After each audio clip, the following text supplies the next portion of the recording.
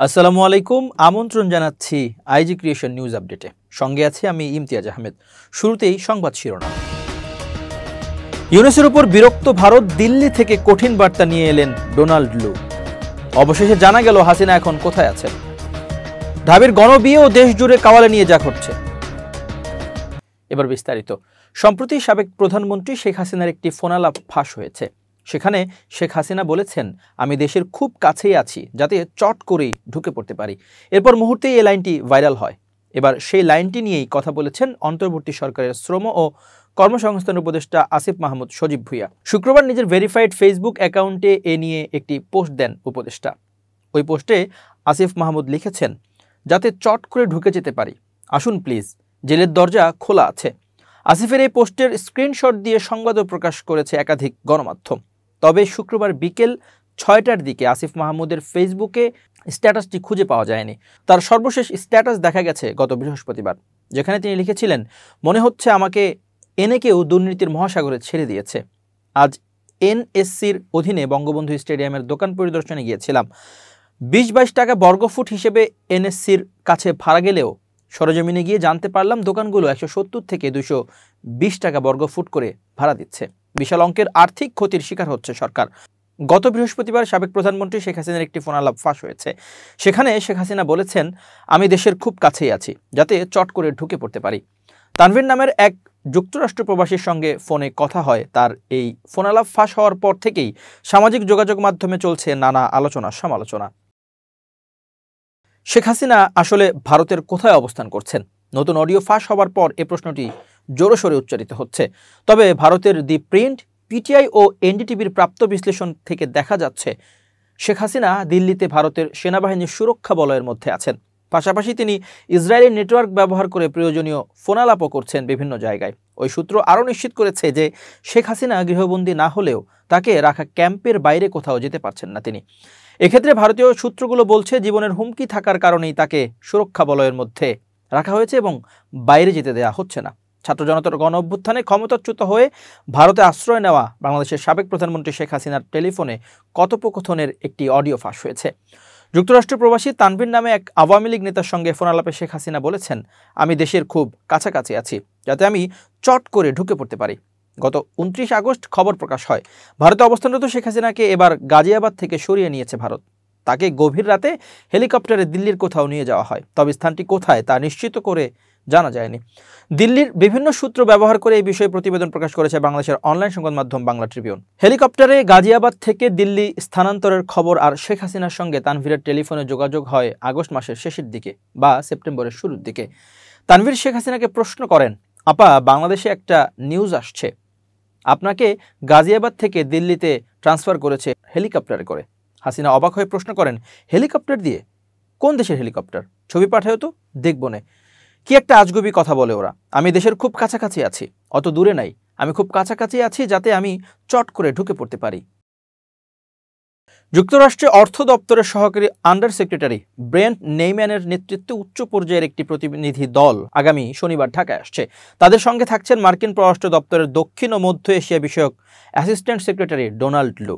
তবে তিনি সরাসরি ওয়াশিংটন থেকে আসবেন না, দিল্লি সফর শেষ করে ঢাকায় আসবেন লু। দিল্লিতেও যুক্তরাষ্ট্র ভারতের দ্বিপক্ষীয় ইস্যুর পাশাপাশি আলোচনায় গুরুত্ব পাবে বাংলাদেশ প্রসঙ্গ। পররাষ্ট্র সচিব মোহাম্মদ জসিম-উদ্দিন বৃহস্পতিবার সাংবাদিকদের বলেন, অন্তর্বর্তী সরকার দায়িত্ব নেওয়ার পর যুক্তরাষ্ট্রের প্রতিনিধি দল ঢাকায় আসছে। এটা বাংলাদেশের সঙ্গে সম্পর্ককে যুক্তরাষ্ট্র যে গুরুত্ব দেয় তার একটা বড় প্রতিফলন। আমাদের সঙ্গে তাদের আলোচনাটা বহুমাত্রিক হবে। এটা শুধু একটি বিষয়ের মধ্যে সীমাবদ্ধ থাকবে না। সেভাবেই আমাদের দিক থেকে প্রস্তুতি নিচ্ছি। আলোচ্যসূচিতে কোন বিষয়ে গুরুত্ব পাবে জানতে চাইলে পররাষ্ট্র সচিব বলেন, আমাদের স্বার্থ সংশ্লিষ্ট বিষয় নিয়ে কথাবার্তা বলবো এবং তার মধ্যে বহুমাত্রিকতা হবে। কিন্তু আমি আলোচনার আগে বা প্রতিনিধি দল আসার আগে কোনো সুনির্দিষ্ট আলোচ্যসূচির বিষয় প্রকাশ করে আলোচনাকে প্রভাবিত করতে চাই না। কূটনৈতিক সূত্র জানায়, ঢাকায় গত ৫ আগস্টের রাজনৈতিক পট পরিবর্তনের পর বাংলাদেশের সঙ্গে সম্পর্ক জোরদারে গুরুত্ব দিয়েছে যুক্তরাষ্ট্র। বাংলাদেশের বর্তমান সংকট উত্তরণের চাহিদাগুলো জানতে চাইবে ওয়াশিংটন। একই সঙ্গে বিষয়গুলোতে সামনের দিকে কিভাবে সহযোগিতা করা যায় তা নিয়েও আলোচনা হবে। যুক্তরাষ্ট্রের প্রতিনিধি দলের সদস্যরা অন্তর্বর্তী সরকারের প্রধান উপদেষ্টা ডক্টর মোহাম্মদ ইউনূস, পররাষ্ট্র উপদেষ্টা মোহাম্মদ তৌহিদ হোসেন সহ একাধিক উপদেষ্টার সঙ্গে সৌজন্য সাক্ষাৎ করতে পারেন। ঢাকা বিশ্ববিদ্যালয় অর্থাৎ ঢাবির শহীদ সার্জেন্ট জহুরুল হক হলের শিক্ষার্থীদের উদ্যোগে গণবিয়ের আয়োজন করা হচ্ছে। আগামী 20 সেপ্টেম্বর স্বাধীনতা ভোজের পর এই কার্যক্রম শুরু হবে। বিষয়টি নিশ্চিত করে জানান গণবিয়ের উদ্যোক্তা জহুরুল হক হলের আবাসিক শিক্ষার্থী আল আমিন সরকার। গণবিয়েকে কেন্দ্র করে বিশ্ববিদ্যালয়ের বিভিন্ন গ্রুপে পাত্রপাত্রী সন্ধানের হিড়িক পড়ে গেছে। তবে বিশ্ববিদ্যালয়ের হলে এমন গণবিয়ের অনুমতি দেওয়া হবে না বলে জানান হলের প্রাধ্যক্ষ। জানা গেছে, গণ অভ্যুত্থানের মাধ্যমে দ্বিতীয় স্বাধীনতা অর্জনকে আরও স্মরণীয় করে রাখতে এবং শিক্ষার্থীদের ট্রমাটিক সিচুয়েশন কাটাতে জহুরুল হক হলে 20 সেপ্টেম্বর স্বাধীনতা ভোজ, খেলাধুলা ও সাংস্কৃতিক অনুষ্ঠানের আয়োজন করা হয়েছে। বুধবার ঢাকা বিশ্ববিদ্যালয় শিক্ষার্থী সংসদ 2 গ্রুপে দেওয়া এক পোস্টে একথা জানানো হয়। গণবিয়েতে বর কনেকে কোনো খরচ বহন করতে হবে না বলে জানানো হয়। এর আগে বিশ্ববিদ্যালয় প্রশাসনের অনুমতি সাপেক্ষে 20 সেপ্টেম্বর স্বাধীনতা ভোজ ও সাংস্কৃতিক অনুষ্ঠানের আয়োজন নির্ধারণ করা হয়। সেখানে গণবিয়ের কথা উল্লেখ ছিল না। গণবিয়ের মূল উদ্যোক্তা হলেন হলের শিক্ষার্থী আল আমিন সরকার। বলেন, 20 সেপ্টেম্বর জহুরুল হক হলের স্বাধীনতা ভোজ 2.0 উপলক্ষে গণবিবাহের আয়োজন করতে চাই। আপনারা যারা ক্যাম্পাসের পাত্রপাত্রী বিবাহ করতে ইচ্ছুক তারা চাইলে যোগাযোগ করতে পারেন। ওই দিনের সব খরচ আমরা সাধারণ শিক্ষার্থীরা বহন করব ইনশাআল্লাহ। Feel free to inbox me.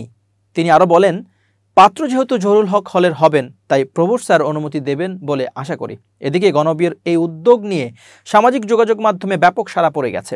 অনেক ছেলেমেয়ে তাদের সঙ্গী খুঁজে পেতে নিজের সিভি ফেসবুক গ্রুপে পোস্ট দিচ্ছেন। নিজের গুণাগুণ তুলে ধরে কেমন পাত্র বা পাত্রী প্রয়োজন সে চাহিদা মতো পোস্টও দিচ্ছেন। আবার অনেক নারী শিক্ষার্থী জহুরুল হক হলের তাদের সঙ্গী খুঁজে পেতে চাহিদা অনুযায়ী পাত্রের সন্ধান চালাচ্ছেন। সব ঠিকঠাক মিলে গেলে আগামী 20 তারিখ তারা বিয়ের পিড়িতে বসবেন বলে জানান তারা। তবে এসব পোস্ট রিয়েল নাকি ফেক তা কেউ পরিষ্কার করছেন না। নাম প্রকাশে অনিচ্ছুক এক নারী শিক্ষার্থী বলেন, ক্যাম্পাসে সবাইকে হারাম সম্পর্কে জড়াতে দেখি। আমাকে অনেক ছেলে প্রেমের প্রস্তাব দিয়েছে, কিন্তু আমি হারাম সম্পর্কে জড়াতে চাই না। তাই আমি নিজের মনের মতো কাউকে পেলে আগামী 20 সেপ্টেম্বর পরিবারের সম্মতিতে বিয়ে করতে চাই।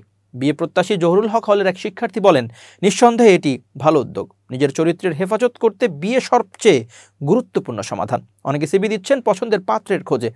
তাদের মধ্যে থেকে কাউকে পছন্দ হলে আমি আমার পরিবারকে জানিয়ে বিষয়টা ক্লিয়ার করব এবং বিয়েটা করে নিতে চাই। এ বিষয়ে ঢাকা বিশ্ববিদ্যালয়ের শহীদ সার্জেন্ট জহুরুল হক হলের প্রাধ্যক্ষ অধ্যাপক ডক্টর ফারুক শাহ বলেন, বিশ্ববিদ্যালয়ের হল একাডেমিক ইনস্টিটিউট হল গণবিয়ের জায়গা না। আমরা এটার অনুমতি দিতে পারি না। আর এই বিষয়ে শিক্ষার্থীরা এখনও অনুমতি চাইতেও আসেনি। অনুমতি চাইলেও দেওয়া হবে না। তবে শিক্ষার্থীরা চাইলে অন্য কোথাও এটা আয়োজন করা যেতে পারে। গাজীপুরের টঙ্গী সরকারি কলেজ ছাত্র আন্দোলনে শহীদদের স্মরণে দ্রোহের গান ও কাওয়ালি সন্ধ্যা অনুষ্ঠানে হামলার ঘটনায় মামলা করা হয়েছে। এই মামলায় 40 জনের নাম উল্লেখ করে এবং অজ্ঞাত 10 থেকে 12 জন সহ মোট 52 জনকে আসামি করা হয়েছে। শুক্রবার টঙ্গী পশ্চিম থানায় এই মামলা হয়। এই ঘটনায় এখন পর্যন্ত 2 জনকে গ্রেপ্তার করা হয়েছে। এর আগে বৃহস্পতিবার রাতে মামলার আবেদন করা হয়। টঙ্গী সরকারি কলেজে অনার্স প্রথম বর্ষের শিক্ষার্থী পারভেজ হোসেন বাদী হয়ে 40 জনকে শনাক্ত ও 10-12 জনকে অজ্ঞাতনামা আসামি করে মামলা করেছেন। মামলা সূত্র জানায়, বৃহস্পতিবার বিকেলে টঙ্গী সরকারি কলেজের সাধারণ শিক্ষার্থীদের উদ্যোগে কলেজ মাঠে বৈষম্য বিরোধী ছাত্র আন্দোলন সব শহীদদের স্মরণে দ্রোহের গান ও কাওয়ালি সন্ধ্যা অনুষ্ঠানের আয়োজন করা হয়। অনুষ্ঠান চলাকালে বিকেল 5:30টায় আসামিরা দেশীয় অস্ত্রশস্ত্র সহ হামলা করে। এ সময় দুর্বৃত্তের হামলায় আয়োজক কমিটির শাওন, রাসেল ও রিফাত সহ অনুষ্ঠানে উপস্থিত 16 জন আহত হয়। আহতরা বিভিন্ন হাসপাতালে চিকিৎসা নিয়েছেন। গুরুতর আহত রাসেলকে টঙ্গী শহীদ আহসানুল্লাহ মাস্টার জেনারেল হাসপাতালে, রিফাতকে গাজীপুর শহীদ তাজউদ্দিন আহমেদ মেডিকেল কলেজে ও শাওনকে ঢাকা মেডিকেল কলেজে হাসপাতালে ভর্তি করা হয়। এর মধ্যে 3 জনের অবস্থা আশঙ্কাজনক। পরে উত্তেজিত ছাত্র জনতা 2 জনকে আটক করে থানা পুলিশের কাছে সোপর্দ করে। মামলায় আটককৃত আসামিরা হলেন টঙ্গী আউচপাড়া এলাকার জালালউদ্দিনের ছেলে সালাউদ্দিন সাদিক ও খাপাড়া এলাকার এনামুল হকের ছেলে মামুন মিয়া। তারা ছাত্রলীগের কর্মী বলে দাবি বাদী পক্ষের। আয়োজক কমিটির সংশ্লিষ্ট আবু হানিফ কালের কণ্ঠকে বলেন, বৈষম্য বিরোধী ছাত্র আন্দোলনে অংশগ্রহণকারীদের আয়োজনে ও শহীদদের স্মরণে দ্রোহের গান ও কাওয়ালি অনুষ্ঠানের আয়োজন করা হয়। বিকেল 5:30টায় একদল সন্ত্রাসী হামলা চালিয়ে আমাদের 16 জনকে আহত করে। এ সময় হামলাকারী 2 জনকে আটক করে পুলিশের সোপর্দ করা হয়। টঙ্গী সরকারি কলেজের অধ্যক্ষ রফিকুল ইসলাম বলেন, বিভিন্ন গ্রুপের ছাত্র জনতা মিলে একসঙ্গে অনুষ্ঠান করার চেষ্টা করেছিল। শেষ পর্যন্ত হয়তো তা হয়ে ওঠেনি। এ কারণে উভয়ের মধ্যে এই ঘটনা ঘটে। অনুষ্ঠানের বিষয়ে মৌখিক অনুমতি ছিল বলে জানান তিনি। টঙ্গী পশ্চিম থানার অফিসার ইনচার্জ কামরুজ্জামান ঘটনার সত্যতা নিশ্চিত করে কালের কণ্ঠকে বলেন, এ বিষয়ে মামলা হয়েছে। আটক 2 জনকে ওই মামলায় গ্রেপ্তার দেখিয়ে আদালতে পাঠানো হয়েছে। সাবেক প্রধানমন্ত্রী শেখ হাসিনা ক্ষমতাচ্যুত হওয়ার পর 1 মাসের বেশি সময় ধরে প্রতিবেশী ভারত ও বাংলাদেশের মধ্যে সম্পর্ক তিক্ত অবস্থায় রয়েছে।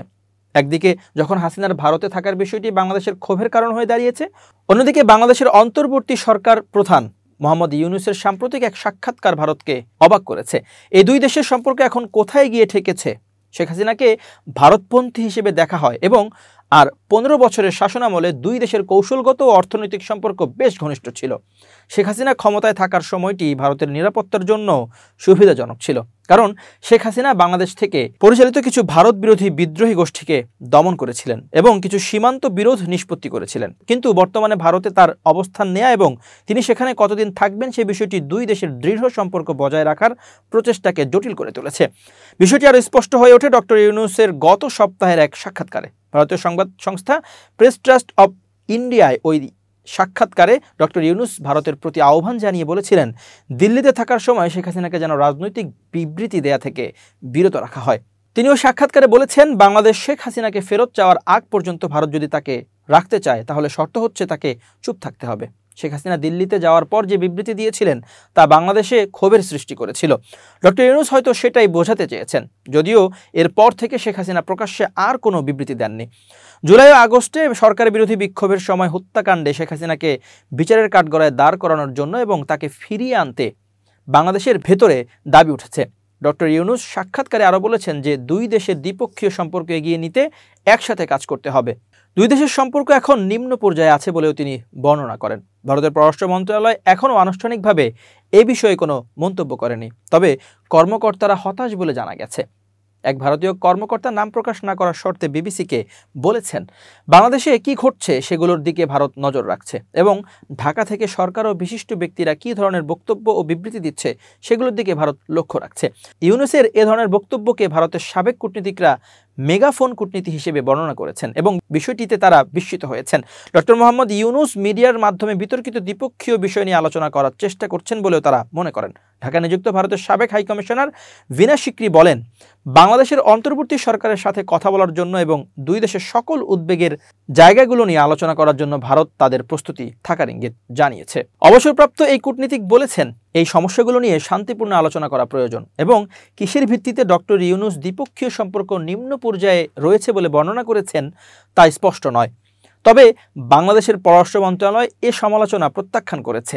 বিবিসি বাংলার মুকিমুল আহসানকে দেয়া এক সাক্ষাৎকারে বাংলাদেশের অন্তর্বর্তী সরকারের পররাষ্ট্র বিষয়ক উপদেষ্টা তৌহিদ হোসেন বলেন, ভারতীয় নেতারা কি কোনো মিডিয়ার সাথে কথা বলেন না?